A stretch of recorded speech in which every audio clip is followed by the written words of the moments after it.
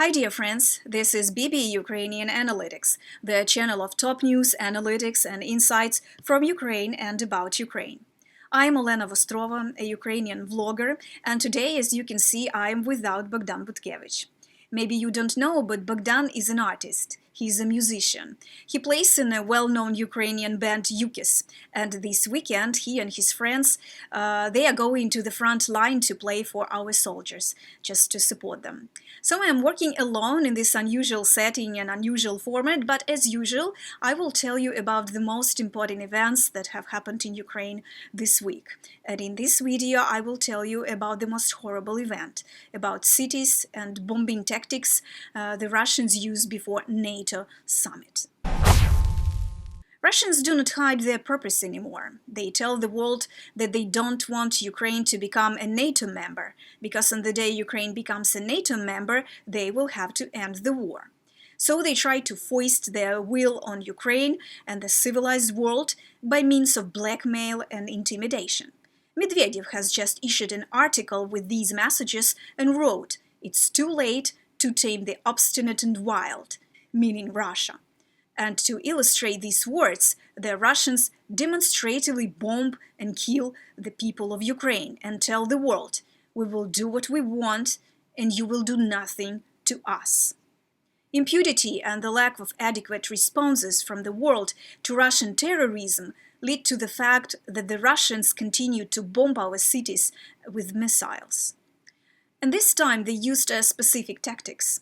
They bombed every day a different city: Sumy, Pervomaisk, Bilozerka, Lviv, and not only them.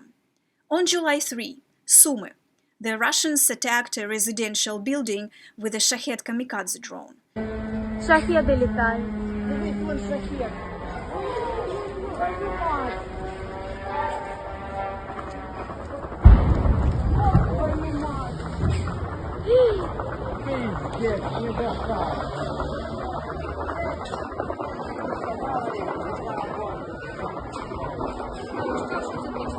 Шахед.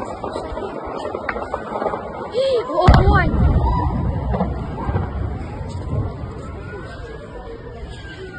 Destroyed building, apartments and cars.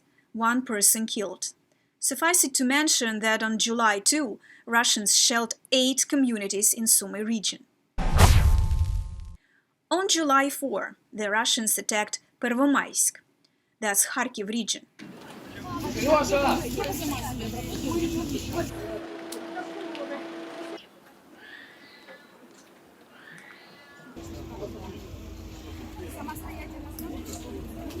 Багато осколочних поранень.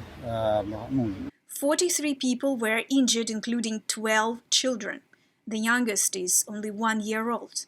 Russians attacked the funeral ceremony where people gathered to honor the memory of the soldier Oleg Fedyenko.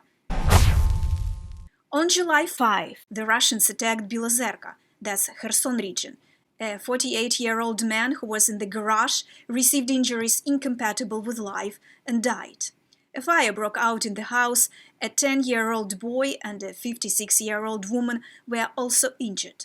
That was a peaceful village. Russian forces bombed residential houses. On Tuesday, July 6, they attacked Lviv and killed 10 people. 42 people were injured, including 3 children. Rescues are continuing to work as I'm making this video. It was the biggest attack on the western Ukraine city's civilian infrastructure since Russia's full-scale invasion, said Lviv Mayor Sadovy. Russians say that they bomb military objects, but in fact, they hit peaceful houses. People were sleeping. They kill civilian, peaceful people.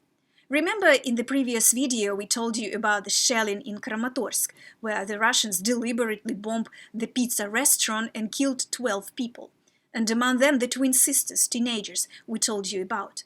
So this week one more person died after that shelling, a Ukrainian writer, Victoria Amelina. Doctors could not save her life. The injuries she received were incompatible with life, so she became the 13th person to have died in that attack. Victoria Amelina, 37-year-old, was an award-winning Ukrainian writer.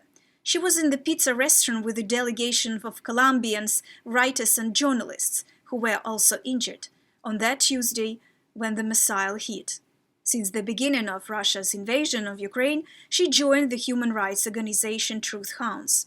She documented war crimes. She started work on her first non-fiction book, War and Justice Diary, Looking at Women, Looking at War, which is due to be published. And I think that you will be able to read her book pretty soon. And you know, she had a Twitter account where she pinned a post. It shows her taking a picture of a bomb building in Ukraine. She states, "It's me in this picture. I am a Ukrainian writer. I have portraits of great Ukrainian poets on my back.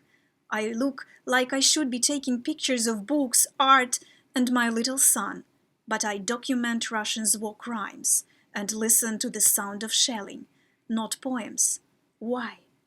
Why? Because this war is existential. Russians have the purpose not only to occupy our territory, but also to kill Ukrainian people, to kill Ukrainian writers, artists, scientists, sportsmen, to kill our elite, to kill everyone and everything that is Ukrainian. No matter whether they hit the target, the main thing is to have as many human victims as possible, because the purpose is to hit the civilian population. So no one can feel safe anywhere, no one can plan the future, no one can sleep normally at night. Russians want us to shudder from every air alarm, from Kharkiv to Uzhhorod, and wonder who will be killed by a Russian missile today. You know, it's a terrible feeling. Who will be the next? They want to make everyone get exhausted and start putting pressure on both the front line and the government. They want to create a refugees wave again. They want to stop those who want to return to Ukraine because it's not a safe place.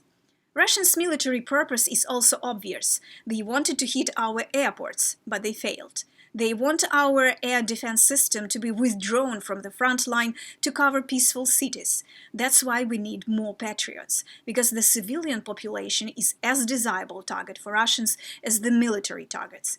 Actually, nothing new. In London, several thousand people died in less than a year from the barbaric bombing by foul missiles. British people resisted and won. We have to go the same way. Endure and stay in our country. We stand for it. And we are not going to give it to Russian barbarians, no matter how many missiles they fire at us. So stand with us and stand for us. And you know, we have no illusions that Russians will stop. So we are making our way to join NATO, because for us this is the only way to save our population, to save our people, to save our country. And for us, our country is our people. So we are looking forward to NATO Summit in Vilnius next week, and we hope that there will be some important and historical decisions as for our membership. That's all for now. Please write your comments and questions right under this video, give us your like and subscribe for our channel. Here we tell the truth about Ukrainians without censorship and propaganda. Here we give you the insider information about what's really going on here in Ukraine. See you in the next videos.